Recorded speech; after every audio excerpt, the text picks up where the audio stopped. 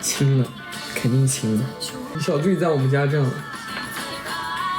小助理睡觉，我不知道他怎么睡的。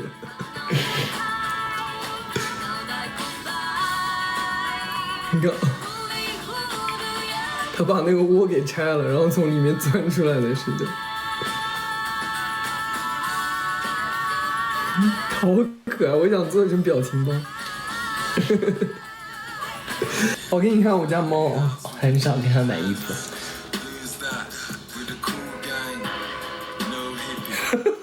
胖的跟猪一样，已经快成猪了。我们家这只猫，大家看一下我们家这只猫已经胖成这样了。它已经快成猪了，头那么小，身体那么大。跟我们家狗人，挺好家头都小小的，现在。对，我们家的动物头都很小，然后身体胖大。有学啊，然后会一些日常的，就是跟大家讲一下，学日语哪些比较好学呢？没有，我现在读出还是有点那个。4月7号开学。4月7，我们4月2那天考试了。我跟他，其实我们那边发生了很多趣事。没有同桌的，他就是一人一个桌位，你知道吗？我坐在他前面的斜上角，你知道吗？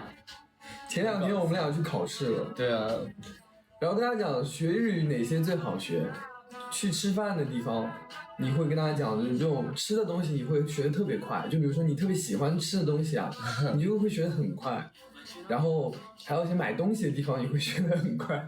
然后就生活类的其实学得挺快的，因为你每天都要接触，因为你每天都接触嘛。然后来了20几天，就是会讲一些，然后我们那个50音图什么都学了一下，自学一下。跟你们讲一下我们的考试趣事好吗？就是我们是3月15号来的，然后4月2号我们考试。考试前一天，我们俩比较着急，我们俩就疯狂恶补日语。对，因为前几天我们找了一个咖啡厅，因为那个时候家里还没有这张桌子，你知道吗？还没到。我们想学习也不能躺在那个地垫上面吧。跟他讲，就是因为来之前我们俩其实有学一点，但没有学全。然后来这边呢，就4月2号考试，两个日语白痴两个在这边考试，你知道吗？然后我在这边。然后给你们看一下我们学习过程，学到整个人都是狼狈，就是整个人都肿起来了。到后面就是这样，每天在咖啡店里面这样。他是真的会肿起来，真的。他学到后面，你知道吗？整个人肿起来了，我靠！然后我跟他讲，我只要一读书，我就会长头皮屑。你们会有这种吗？就是我读书的时候，我会一直抠头。我让他别抠了，一直要抠。然后是硬生生的把头皮屑全部抠出来。我就会一直抠。然后我只要一打开那个书，我就开始抠头。然后这2天不是每天都在看吗？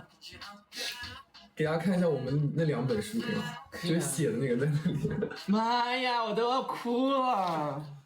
我们俩每天在这边，真的有在学。我一直在狂写，你知道吗？我把整一本本子，我花8个小时给写满了，真的。你知道吗？虽然我写的很空，没有他紧密啊，我就学，一直在写，因为就是你知道那种感觉吗？我是喜欢那种死记硬背的，你知道吗？就是很久没有读书，就比如说已经很久没有读书。我先把这个50音图第一次写，这是我第一次写下来。